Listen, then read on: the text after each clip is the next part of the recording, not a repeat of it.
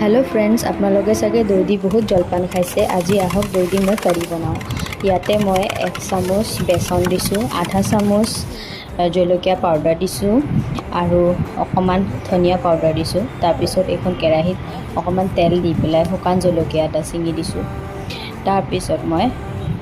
সৰিয়হ দিছোঁ সৰিয়হখিনি ফটফটকৈ ফুটাৰ পিছত মই নৰসিংহ পাত অকমান দিছোঁ তাৰ পিছত যিখিনি মিশ্ৰণ বনাইছিলোঁ যে সেইখিনি মিশ্ৰণ ইয়াতে দি দিছোঁ মিশ্ৰণখিনি দিয়াৰ পিছত আপুনি লগালগ ফেটিব নেফেটিলে আপোনালোকৰ দৈখিনি ফাটি যাব সেইকাৰণে লগালগ ফেটিব আৰু গেছৰ ফ্লেমটো একদম সিম কৰি ৰাখিব তেতিয়া ধুনীয়া হয় মানে তাৰপিছত আপোনালোকে যিমানটো ডাঠ খাই ৰাখিব পাৰে বেছি ডাঠ খাইহে ভাল লাগে জোলটো বেছি পনীয়া পনীয়া ভাল নালাগে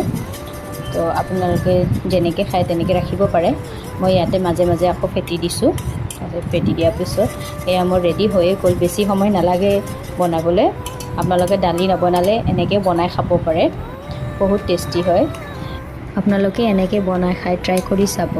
থ্যাংক ইউ ফৰ ৱাচিং